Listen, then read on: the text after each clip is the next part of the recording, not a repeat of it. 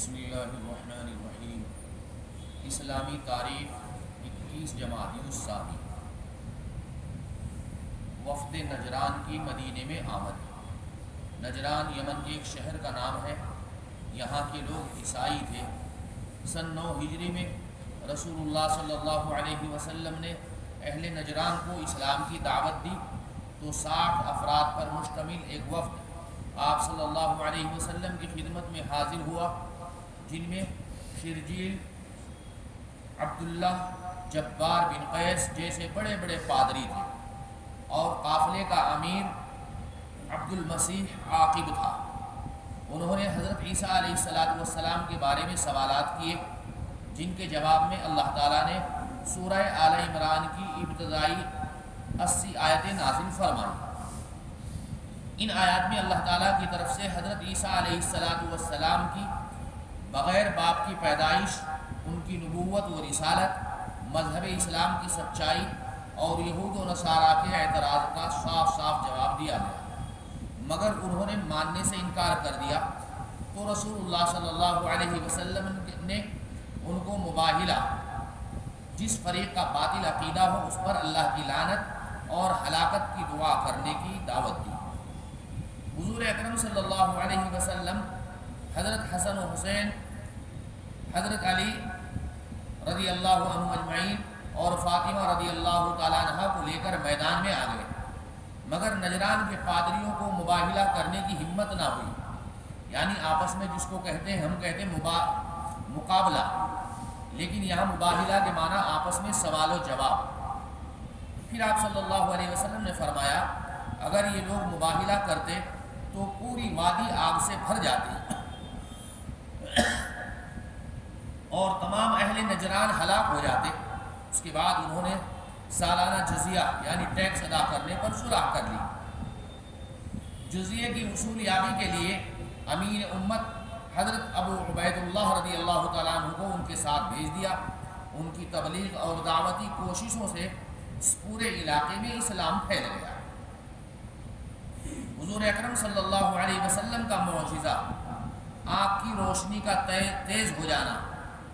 حضرت عائشہ رضی اللہ تعالیٰ عنہ فرماتی ہیں کہ آپ صلی اللہ علیہ وسلم اندھیرے میں اس طرح دیکھتے تھے جس طرح روشنی اور اجالے میں دیکھتے تھے۔ یہ معجزہ ہے، ہم کو اندھیرے میں نظر نہیں آتا، لیکن رسول اللہ صلی اللہ علیہ وسلم کو اندھیرے میں بھی اجالے کے جیسا نظر آتا تھا۔ ایک فرض کے بارے میں، دین میں نماز کی اہمیت۔ ایک آدمی نے آپ صلی اللہ علیہ وسلم سے عرض کیا، اے اللہ کے رسول، اسلام میں اللہ کے نزدیک سب سے زیادہ پسندیدہ عمل کیا ہے؟ آپ صلی اللہ علیہ وسلم نے فرمایا، نماز کو اس کے وقت پر ادا کرنا، اور جو شخص نماز کو جان بوجھ کر چھوڑ دے اس کا کوئی دین نہیں، اور نماز دین کا ستون ہے۔ ایک سنت کے بارے میں، بیمار کرسی کے وقت کی دعا، یعنی جب ہم کسی بیمار کی عیادت کے لیے جائیں تو اس وقت میں اس دعا کو پڑھیں۔ رسول اللہ صلی اللہ علیہ وسلم جب کسی بیمار کی عیادت کے لیے جاتے یا آپ کی خدمت میں بیمار کو حاضر کیا جاتا تو آپ صلی اللہ علیہ وسلم یہ دعا پڑھتے، اذهب الباس رب الناس واشف انت الشافی لا شفاء الا شفاؤک شفاء لا یغادر سقما۔ تمام لوگوں کے پروردگار، آپ تکلیف کو دور کر دیجئے، آپ شفا عطا فرمائیے، آپ کے سوا کوئی شفا دینے والا نہیں، ایسی شفا عطا فرمائیے جو بیماری کو نہ چھوڑے، بیماری کو جڑ سے ختم کر دے۔ ایک اہم عمل کی فضیلت، اللہ کے لیے اپنے بھائی کی زیارت کرنا۔ رسول اللہ صلی اللہ علیہ وسلم نے فرمایا، کیا میں تمہیں جنتی لوگوں کے بارے میں خبر نہ کروں؟ صحابہ نے عرض کیا، ضرور یا رسول اللہ۔ آپ صلی اللہ علیہ وسلم نے فرمایا، نبی جنتی ہے، صدیق جنتی ہے، اور وہ آدمی جنتی ہے جو صرف اللہ کی رضا کے لیے شہر کے دور دراز علاقے میں اپنے بھائی کی زیارت کے لیے جائے۔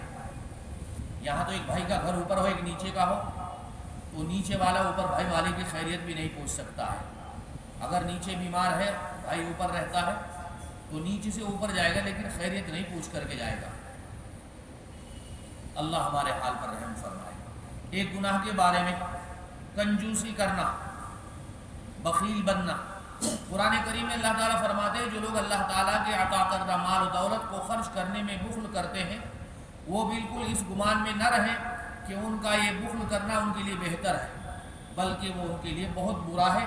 قیامت کے دن ان کے مال جمع کر کے وہ دولت کو توق بنا کر گلے میں پہنا دیا جائے گا، اور آسمان و زمین کا مالک اللہ تعالیٰ ہے اور اللہ تعالیٰ ہی تمہارے اعمال سے باخبر ہے۔ دنیا کے بارے میں، دنیا کی چیزیں چند روزہ ہے۔ قرآن کریم میں اللہ تعالیٰ فرماتے ہیں جو بھی کچھ تم کو دیا گیا ہے وہ صرف چند روزہ زندگی کے لیے ہے اور وہ اس کی رونق ہے، اور جو کچھ اللہ کے پاس ہے وہ اس سے کہیں بہتر اور باقی رہنے والا ہے۔ کیا تم لوگ اتنی بات بھی نہیں سمجھتے؟ آخرت کے بارے میں، مومن کے ساتھ قبر کا سلوک۔ رسول اللہ صلی اللہ علیہ وسلم نے فرمایا جب مومن بندے کو دفن کیا جاتا ہے تو قبر اس سے کہتی ہے تیرا آنا مبارک ہو، میری پشت پر چلنے والوں میں تم مجھے سب سے زیادہ پیارے تھے، یعنی محبوب تھے۔ جب تم میرے حوالے کر دیے گئے اور میرے پاس آ گئے تو تم آج میرا حسن سلوک دیکھو گے۔ تو جہاں تک نظر جاتی قبر کشادہ ہو جاتی ہے اور اس کے لیے جنت کا دروازہ کھول دیا جاتا ہے۔ اللہ تعالی ہم سب کے ساتھ میں بھی قبر کا یہی معاملہ کر دے۔ طب نبوی سے علاج، دل کی کمزوری کا علاج۔ رسول اللہ صلی اللہ علیہ وسلم نے فرمایا تم لوگ سنترے کو استعمال کرو کیونکہ یہ دل کو مضبوط کرتا ہے۔ آسان سودا ہے، نبی علیہ السلام کی سنت ہے۔ محدثین تحریر فرماتے ہیں کہ اس کا جوس پیٹ کی گندگی، قے اور بطلی کو ختم کرتا ہے اور بھوک کو بڑھاتا ہے۔ اللہ تعالیٰ عمل کی توفیق عطا فرمائے۔ سبحان اللہ وبحمدہ، سبحانک اللہم وبحمدک، ونشہد ان لا الہ الا انت، نستغفرک ونتوب الیک۔ سبحان ربک رب العزة عما یصفون، وسلام علی المرسلین والحمد للہ رب العالمین۔